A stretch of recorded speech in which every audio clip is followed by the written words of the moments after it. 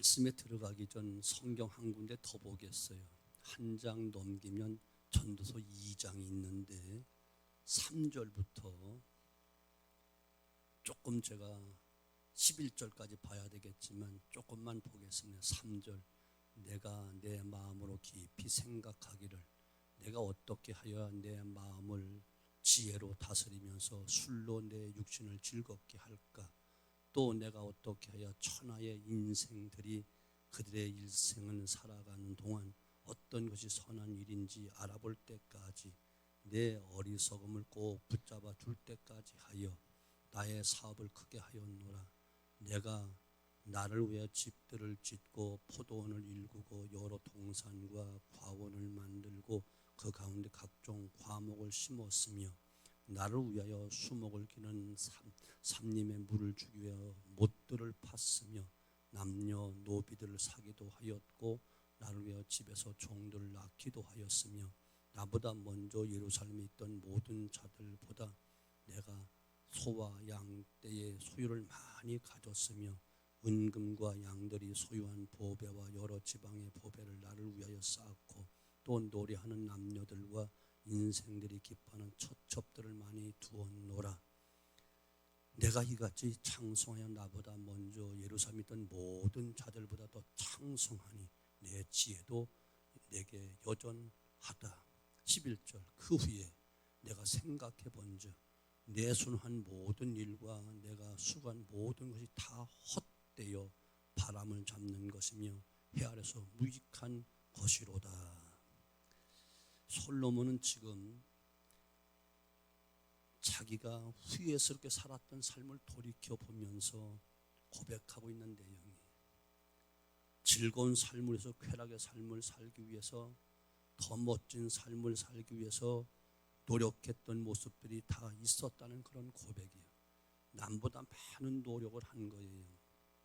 그러나 결론은 모든 것이 허무하고 아무것도 아니었다 이렇게 고백하는 거예요. 그러나 솔로몬은 자기가 했던 모든 사업이나 삶의 행위나 모든 삶 속에 있었던 것 후회스럽고 유감스러운 삶이 되었다 고백하지만 단 한 가지만은 결코 후회하지 않고 오히려 언제나 기뻐했던 한 가지 일이 있었다는 거예요. 그것은 바로 성전 건축이었습니다. 성전 건축과 함께 성전에서 하나님을 만나는 삶만큼은 후회하거나 달리 생각하지 않았다는 거예요. 그는 성전에 나아가는 생활이나 그곳에서 하나님을 만나는 체험의 신앙을 누구보다도 귀하게 여기고 진심으로 사랑하는 사람이었습니다. 시편 73편 16절로 17절 보면 내가 어쩌면 이를 알까 하여 생각한즉 내가 심히 곤란하더니 하나님의 성소에 들어갈 때야 저희 결국을 내가 깨달았나이다. 사랑하는 성도 여러분, 이것이 바로 솔로몬의 하나님 사랑, 성전 사랑 그리고 그 안에서 이루어진 하나님의 거룩한 체험의 교제를 고백하고 있는 내용이에요. 사랑하는 성도 여러분, 그렇습니다. 신앙생활이 무엇이지요? 내가 스스로 해결할 수 없는 어려운 문제들, 곧 죄의 문제, 인생의 온갖 문제, 특별히 영혼의 문제들을 가지고 고민하면서 몸부림치다가 하나님 앞에 해결함을 받고 새 힘을 얻어서 소생하는 체험을 갖는 것이 바로 신앙생활인 것이에요. 그러므로 사랑하는 성도 여러분, 여러분은 눈을 들어 하나님을 바라봐야 돼요. 하나님을 더 가까이 하는 성도이 되셔야 돼요. 하나님을 가까이 하다가 더 큰 은혜와 축복, 참된 승리, 영원한 행복을 찾아가는 복된 삶 되어지기를 주님의 이름으로 축원합니다. 오늘 본문은 이렇게 하나님 가까이 하는 사람들이 올바르게 행동해야 될 것을 가르쳐준 바른 신앙의 모습이 무엇인가 하는 교과서와 같은 내용이 바로 본문 말씀이에요. 이 말씀 속에서 정말 우리가 바르고 끝까지 바르고 끝까지 좋은 신앙의 모습을 꼭 배워서 우리 하나님의 큰 영광 드러내고 장구한 그 은혜와 축복을 누릴 수 있는 지혜를 얻게 되어지기를 주님의 이름으로 축원합니다. 우리가 신앙생활 하다 보면 또 삶을 살다 보면 침체에 빠질 때도 있고 원치 않은 고난과 큰 역경에 빠질 때도 있고 아니면 지금 형통하다 생각하며 안일주의에 빠질 때도 있습니다. 그런데 다 안 좋은 거잖아요. 고난이 오고 역경이 오고 큰 침체에 빠지고 절망의 구렁텅이에 빠지고 높은 산 같은 감당하지 못한 문제에 부딪히게 되어지고 또 반대로 이만하면 됐어. 내가 부흥성회를 통해 은혜도 받았거든. 말씀도 받고 눈물도 흘려봤거든. 또한 감동되어 기도도 조금 더 했거든. 헌금도 드렸다고 라고 하는 이런 안일주의에 빠질 수도 있다는 이야기예요. 근데 둘 다 위험한 거예요. 아멘. 어쩌면 이만하면 됐어라고 하는 그것이 더 위험한 거예요. 선줄로 생각하는 자는 넘어질까 조심하라. 교만은 패망의 선봉이요 험하는 마음 넘어짐의 앞잡이다. 나 이번에 큰 은혜 받았어. 크게 내가 기도도 했거든. 봉사도 많이 했고 헌금도 했어. 그래서 뭘 어쩌라고요. 그 이후에 이것을 관리하지 못하면 안 받은 것만 못하고 안 한 것만 못하는 거예요. 이거 되시죠? 또 여러분 지금 심한 고통과 침체와 어려움 가운데 있습니까? 그 절망하면 안 되죠. 반드시 하나님은 새로운 길을 열어놓으셨고 새로운 빛을 보게 하시기 때문에 그런 거예요. 그러면 이럴 때 우리가 어떻게 해야 침체 속에 벗어나게 되어지고 안일주의에 빠지지 않고 지속적인 하나님의 은혜와 축복을 누리며 더 큰 성장의 길로 나아갈 수 있는가? 교과서를 보면 한다는 말이에요. 신앙과 삶의 지침서를 다시 찾아보면 한다는 말이에요. 운동을 하든 사업을 하든 무엇인가 하는 사람은 반의 침체라는 그 늪에 빠질 수가 있어요. 특별히 운동하는 사람들이 어려움을 잘 나가다가 계속 우승을 하다가 어느 순간 탁 침체에 빠지면 이상스럽게 예선에도 탈락하고 결승에 올라가지도 못하며 큰 침체 가운데 빠질 때가 있는 거예요. 이럴 때 어떡하라고 주로 가르치지요? 기본으로 돌아가라. 기본으로 돌아가라. 성경도 똑같은 거예요. 왜 신앙생활에 지금 큰 정상에 올랐다 할 때 넘어질까 조심해야 돼. 다시 초심으로 돌아가야 돼.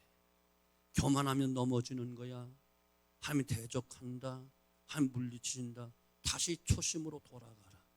첫사랑, 첫믿음, 첫열정, 첫사명감 회복하고 다시 돌아가라. 그리고 또 혹시 침체 가운데 있냐? 괜찮아. 끝이 아니야. 다시 기본으로 돌아가면 회복될 수 있어. 인간의 삶과 신앙생활, 육맥과 영맥은 똑같은 원리가 있고 기본이 있다, 그런 이야기란 말이에요. 오늘 말씀은 너무너무 쉬운 말씀이면서도 또 우리가 늘 생활하기 때문에 가장 중요한 교과서와 같고 지침서를 잃어버리고 생활하기 좋은 그런 삶을 다시 한번 일깨워서 기본으로 돌아가, 교과서로 돌아가, 초심 잃어버리지 말어, 교만하지 말어, 다시 회복될 수 있어. 이렇게 하면 된다라고 하는 교과서다, 그런 이야기예요. 자, 그러면 그것이 무엇인가? 여러분, 성전에 오실 때 조심하라는 거예요. 우리가 오랫동안 신앙생활하고 매 해마다 또한 우리는 어떤 결석하지 않고 잘 출석도 했고 매 시간 어떤 때는 새벽 기도도 수요 기도 철학 기도도 빠짐없이 완주하며 성전에 올라올 때 조심해야 된다. 습관에 젖었고 모양만 가지고 있고 형식만 가지고 있고 날마다 출입할 때 조심하라. 1절 말씀 이렇게 이야기하는 거예요. 하나님의 집에 들어갈 때에 네 발을 삼갈지어다. 가까이 하여, 이렇게 말하는데 네 발을 삼갈지어다 하는 이 말씀의 의미가 몇 가지 있어요. 첫째는 세상과 구별된 거룩한 곳임으로 구별해야 된다는 거예요. 아멘. 철저하게 구별해야 되는데 세상과 구별된 거룩한 성전임으로 내 자신의 부족함을 먼저 깨닫고 회개하고 거룩한 은혜의 자리에 동참해야 된다는 것이에요. 자신의 부족함을 살펴보지도 않고 그냥 헐레벌떡 뛰어들어와 털보덕하고 앉아서 똑같은 입술의 고백으로 신앙 고백하고 곡조 붙은 찬송으로 찬송하고, 또한 우리가 말씀 받는다고 앉아서 때로는 그저 눈만 감고 있다 하든지 자리만 데피고 간다고 한다면 아무런 의미가, 천년 만년 다녀도 아무런 상관이 없는 거예요. 마치 출애굽기 3장 5절 호렙산에서 불 붙는 떨기나무 속에서 모세를 부르신 하나님의 말씀이 바로 그 말씀인 거예요. 이곳은 거룩한 곳이 내 발 신을 벗어라.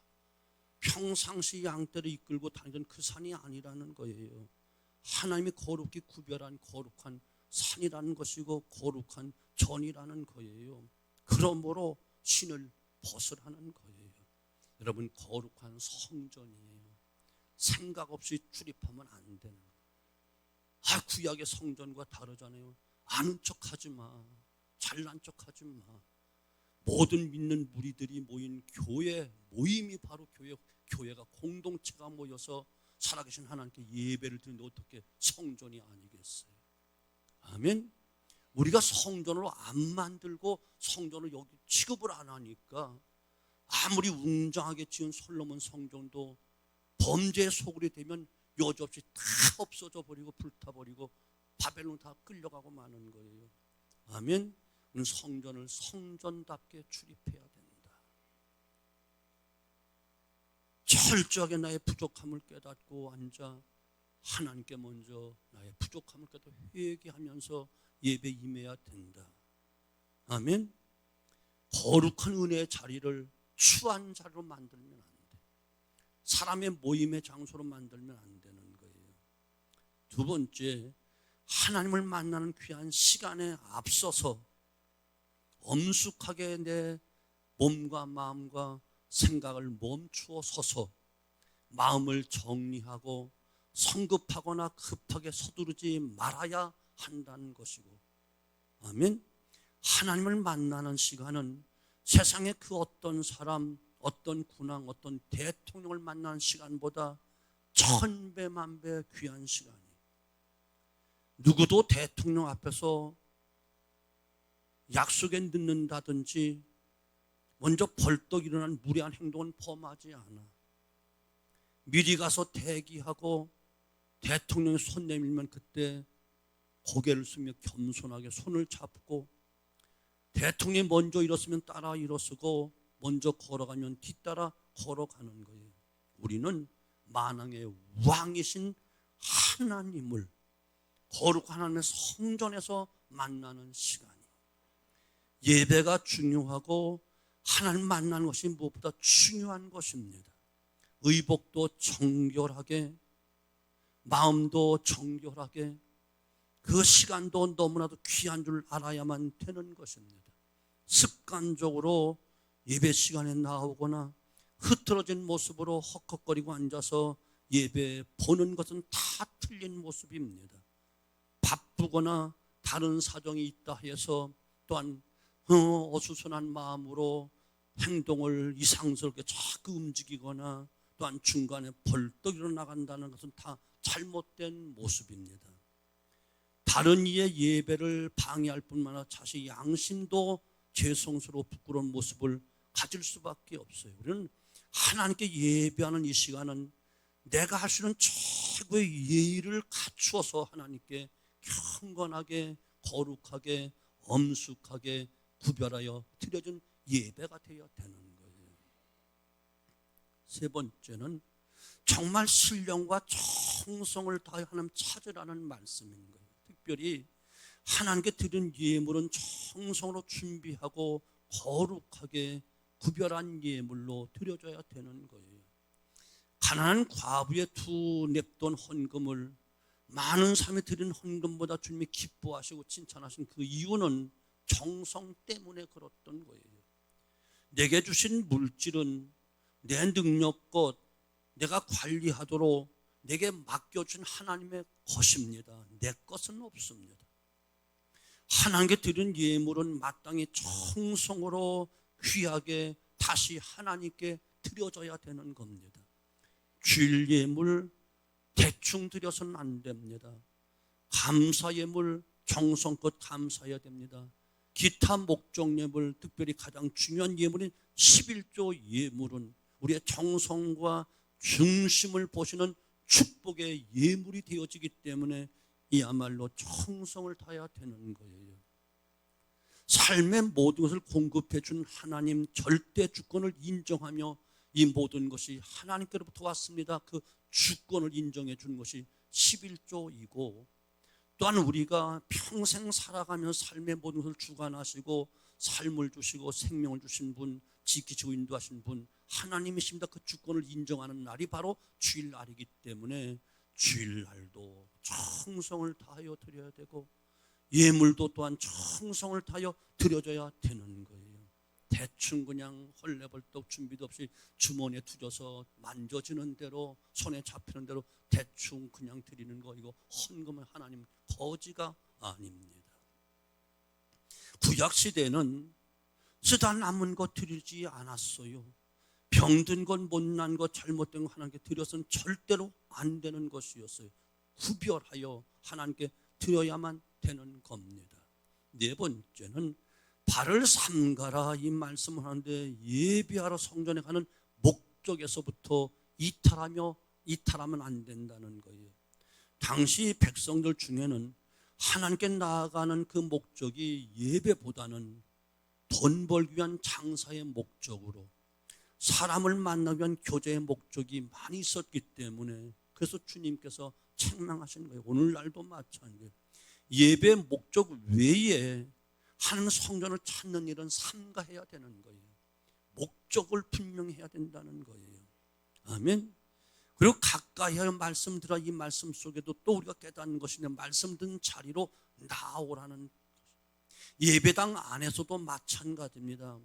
여러분 기왕이면 늘 이야기하는 거예요. 앞에서 다 차 있다면 모르겠지만 자리가 헐렁헐렁한데 뒷자리에 앉는 것, 하나님 결코 기뻐하지 않아요. 하나님 가까이 하라, 가까이 하라. 가까이 해야 은혜가 됩니다. 예전에 부흥 강사님들 하셨던 말씀을 기억해 보십시오. 강단 십자가 가까이, 그 자리가 바로 금자리요, 그 자리, 그 다음 자리가 은자리요, 그 다음은 동자리고, 맨 뒤편은 똥자리라고 했다고. 왜 성전의 금자리가 무엇이고 똥자리가 무엇이겠습니까? 많은 하나님 말씀을 듣는 일에 앞으로 적극적으로 가까이 나와 하나님 말씀을 받으라는 거예요. 그래야 은혜도 되고 은혜스러운 모습도 되기 때문에 그런 거예요. 여러분 강단에 서서 보면 앞자리가 다 헐렁헐렁, 더 뒷자리가 가운데 뻥 뚫리면 얼마나 보기 싫은데요. 얼마나 이상하게 보이는데. 여러분 헌금할 때 여기서 카메라 딱 비추면 가운데 뻥 띄는 한번 보세요. 얼마나 이상스럽게 이빨 빠진 것 같이 얼마나 흉하게 보이는데, 하나님도 아니에요. 성도가 연합하여 함께하여 모을 때 은혜가 되는 거예요. 모닥불도 모아놓아야 더 불이 붙는 것이고요. 각자 각해의 꽃도 예쁘지만 이와 같이 다 온갖 것이 화목하게 이루어질 때 여러분 예쁘게 보여지는 것이고요. 노래도 혼자 하는 것도 아름답지만 하모니를 이루어서 함께하는 것이 아름답고요. 성도가 연합하여 하나가 될 때 복이 있다, 헐몬에 있을 같은 은혜가 있다, 이렇게 말씀하고 계시는 거예요. 여러분 기왕 왔는데 왜 앞자리가 변 뒷자리에 앉을까요? 이해가 안 돼. 나는 아무리 불러내려도 죽어도 안 와. 그럼 항상 똥자리에 앉았다 가. 어떤 분은 또 옆에서 기도하고 순서 맡았으면 그 자리에 앉았지, 앞에 앉아 순서 끝나면 뒤로 간다. 아주 웃겨. 저는 이걸 봐, 아이고 꼴값하고 앉았네, 건방 떨고 앉았네. 난 속으로 그래. 또 말씀을 가까이 하라, 이 말은 말씀을 귀 기울여 잘 들으라는 말이에요. 아무쪼록 여러분 하나님의 말씀은 내게 다 유익한 말씀이에요. 듣기 좋은 말만, 달콤한 말만 아멘 하지 말고 내 삶을 고쳐서 바로 가게 하고 지름길로 가게 하고 축복의 길로 가게 하는 책망의 말이 있을 때 아멘 하는 것이 진짜 믿음이라니까요. 이것을 겸손함으로 받아들일 때 다 은혜가 되고 복이 되는 거예요. 성경 말씀은 내게 듣기 좋은 말 없습니다. 교훈과 책망과 바르게 함과 의의 길로 가게 유익한 말씀으로 주셨다라고 디모데후서 3장 16절 말씀하고 있다면 달콤한 말이 없는 거예요. 달콤한 말이 없는 거예요. 교훈의 말 딱딱하잖아요. 바르게 고쳐주는 것 힘들고 어렵잖아요. 그리고 바르게 하고 고치라고 하는 책망의 말은 더 마음이 걸리잖아요. 바르게 가려면 힘들고 어렵잖아요. 이것이 바로 바른 길로 가고 유익한 길로 가고 축복된 길로 가고 또 여전히 아멘 할 때까지 구원의 길로 가고 천성으로 가는 길이고 하나님 앞에 가는 길이라니까요. 그러면 말씀을 잘 기울여 들어야 되는 거예요. 아멘. 여러분, 성전 생활, 하나님과 교제하는 생활, 말씀을 듣는 생활, 여기에 승리하지 못하고 성공하지 못하면 다 실패입니다. 아멘. 예배의 실패자는 신앙의 실패자가 되고, 신앙의 실패자는 생활의 실패자가 되고, 생활의 실패자는 모든 인생의 실패자가 되는 거예요.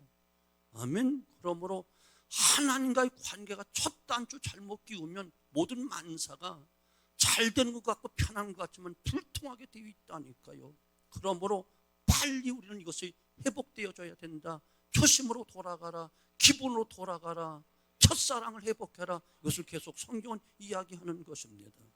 두 번째, 하나님께 기도하실 때 꼭 기억하셔야 돼요.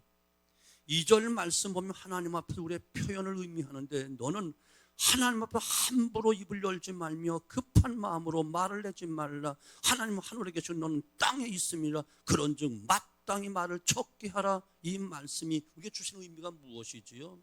한마디로 두 가지를 이야기하면 바른 고백을 하는 성도가 되라는 거예요.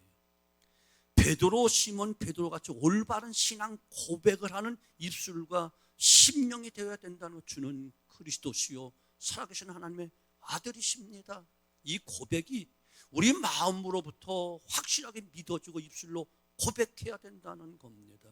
히브리서 11장 6절, 하나님께 나가는 자는 하나님이 계신 것과 그를 찾는 자에게 반드시 상 주신 이심을 믿어야 한다. 이 믿음이 없이는 하나님 기쁘시게 할 수 없다. 이렇게 말씀하고 있는 거예요. 또 이 말씀 속에는 바른 기도를 하라는 거예요. 하나님의 뜻에 맞는 기도, 응답을 주실 줄 믿는 기도, 간구하는 그 기도에 중언부언 헛갈리는 기도하지 말라는 거예요. 생각 없이 떠들다 가지 말라는 거예요. 말만 많이 하지 말라는 거예요. 하나님 기도의 길이보다는 기도의 깊이를 보고 계십니다.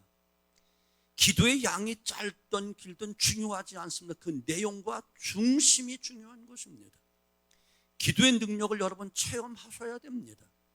성령에 감동되어 하는 영적인 기도를 하셔야만 됩니다. 곧 성령의 도움으로 하나님의 뜻을 찾는 기도하라는 거예요. 자기 어떤 육적인 것을 위해 중언부언하고 세속적인 것만 구하지 말고 정말 하나님의 뜻이 무엇인가, 이 환경과 이 어려움 속에 하나님이 무엇을 나에게 원하시는가, 이걸 찾는 기도를 해야지 무조건 해결해달라는 이것은 기도가 아닌 거예요. 하나님 여기 깊으신 뜻이 있으니까 그 뜻만 찾으면 길이 나오는 것이고 길이 보여지는 것이니 바른 기도 하라는 거예요. 아멘. 올바른 기도의 씨름꾼들이 되어지기를 바랍니다.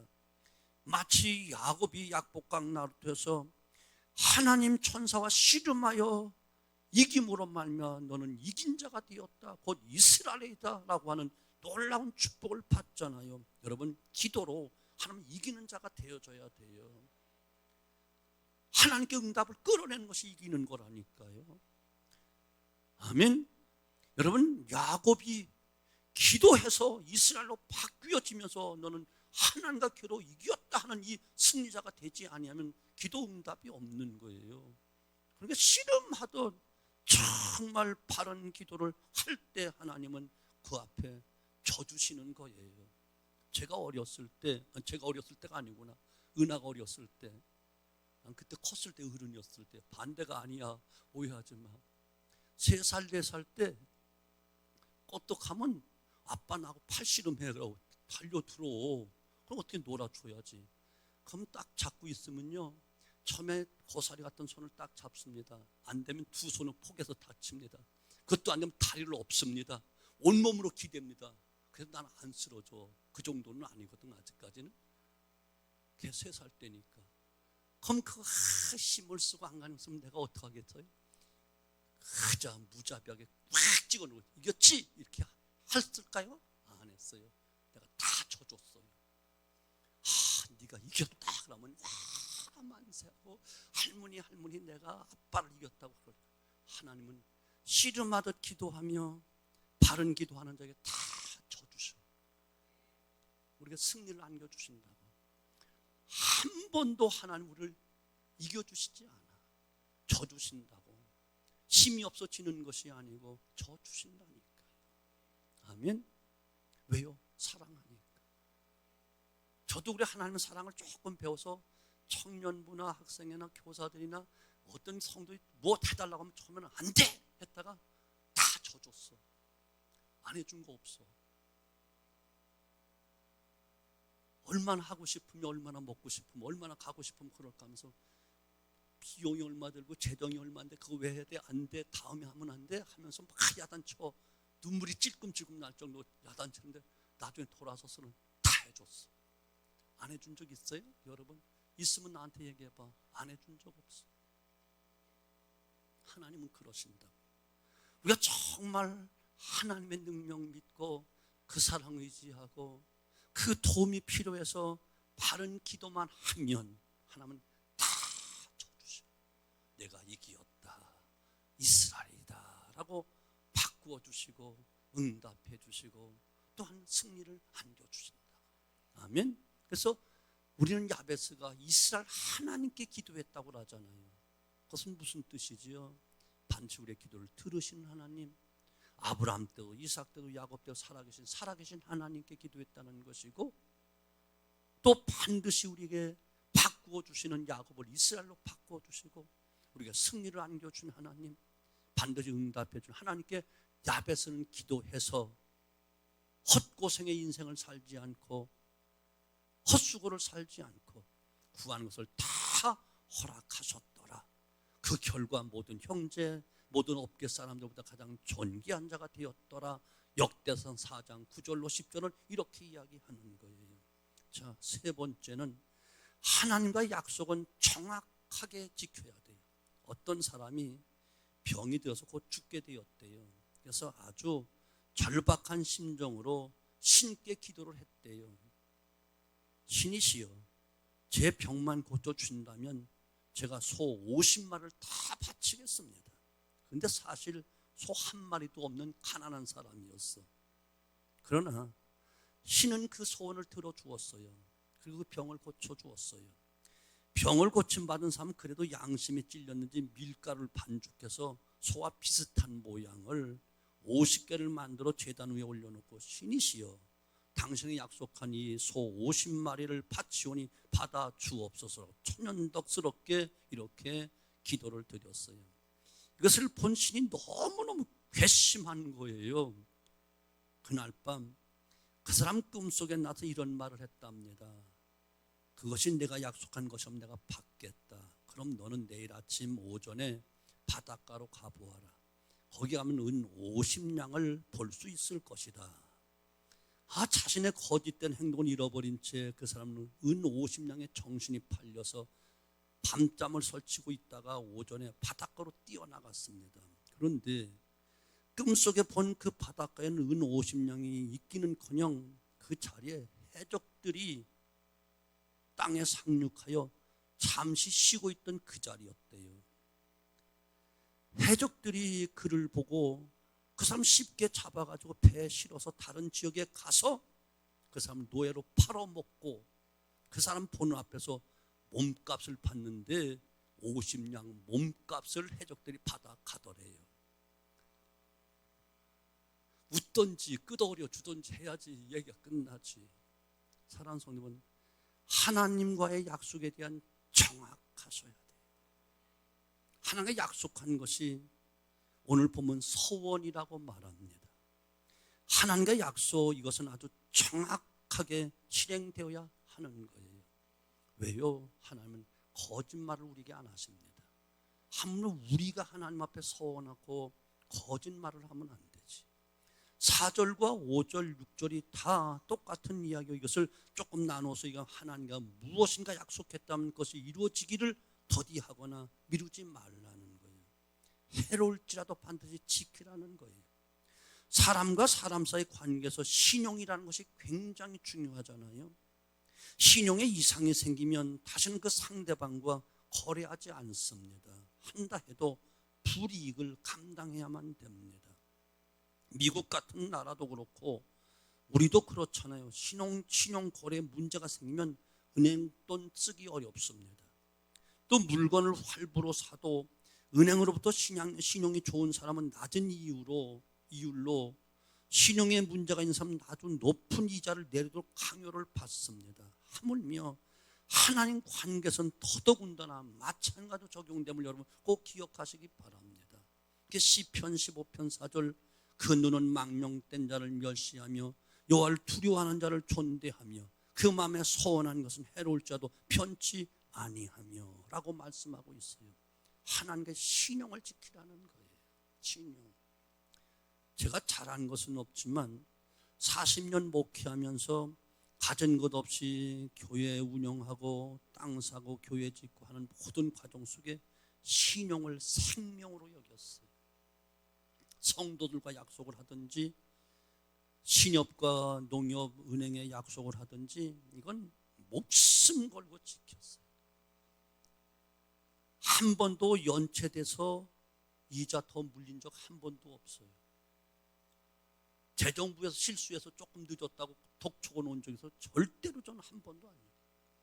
교회 교육관 짓고 교회 건축할 때 업자들에게 다 제가 선정해서 하면서 다 직영을 했지만 한 번도 그들을 날짜에 준다는 날짜에 어겨본 적이 없어. 그들이 공사 기일을 그들이 잘못 지키지 않았기 때문에 조금 거기에 맞춰서 주었을 뿐이지 내가 없어서 약속을 못 지킨 것은 한 번도 없어요. 그만큼 힘들게 신용을 지키려고 몸부림쳤다. 쌓아놓고 한 것 아니기 때문에 더 힘들지요. 그래서 이자 날짜 줄 날이라든가 아니면 업자들이 돈 줄 때가 되면 저는 피눈물을 흘리며 짜는 거예요. 주인 되신 하나님께 다 몸부림치는 거예요. 한 번도 어긴 적이 내 생각에는 없어요. 그래서 오늘 성경 다시 한번 또 한 가지, 함부로 소원하지 말라. 그리고 내가 실수했다 말하지 말라. 6절은 이렇게 말씀하고 있는 거예요. 하나님께 먼저 약속을 드리고 매달린 기도는 어떤 의미에서 응답이 쉬울지 모릅니다. 그러나 그런 것을 이용해서도 안 된다는 거예요. 그런 생각을 가져서도 안 되는, 내가 이렇게 했으니까 더 빨리 해주겠지. 아니요, 그런 생각 갖지 말라는 거예요. 순수하고 깨끗하게 하나님과의 관계 속에서. 사랑하는 성도분, 우리의 신앙의 연조나 직분이 아닌 하나님과 바른 관계를 설정하여 올바르게 섬기고 제대로 정말 하나님과의 관계를 맺어가는 성도이 되어야만 하나님은 은혜와 축복을 주신다는 사실이에요.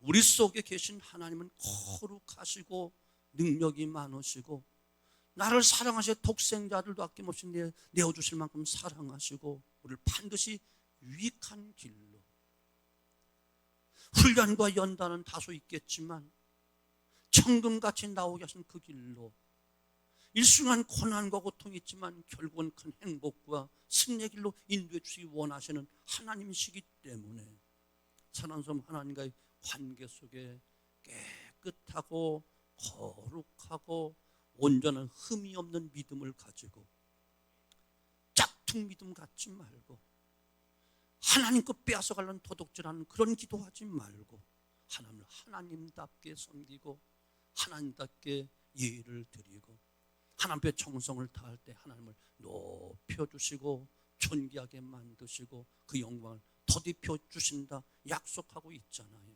하나님과의 바른 관계, 그것이 바로 하나님 주시는 넘치는 축복을 제대로 받고 장구하게 누릴 수 있는 길이라는 사실을 꼭 깨닫고 다시 교과서로 돌아갑시다. 기본으로 돌아갑시다. 그러면 받은 바 은혜, 계속해서 우리 부흥에 받은 은혜 유지하고 더 성장시킬 수 있지요.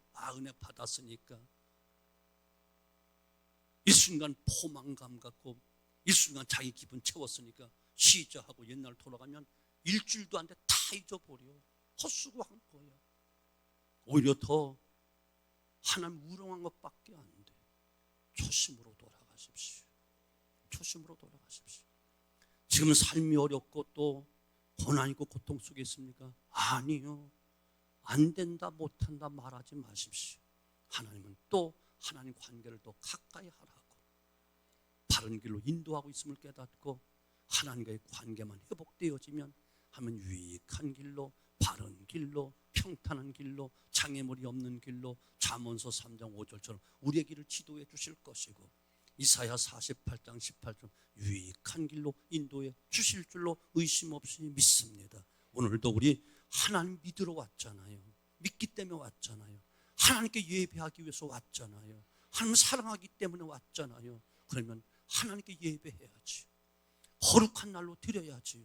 그리고 하나님이 기뻐 받은 향기난 제물 되어 우리 자신을 드릴 때 하나님이 기뻐하시고 약속된 축복을 영육간에 허락해 주되 싹을 뽑고 함께 누리는 복까지 당대뿐만 아니라 천대까지 이 땅의 복뿐만 아니라 영원한 천국까지 기업이 되는 큰 복을 주실 줄로 의심 없이 믿습니다. 기도합니다.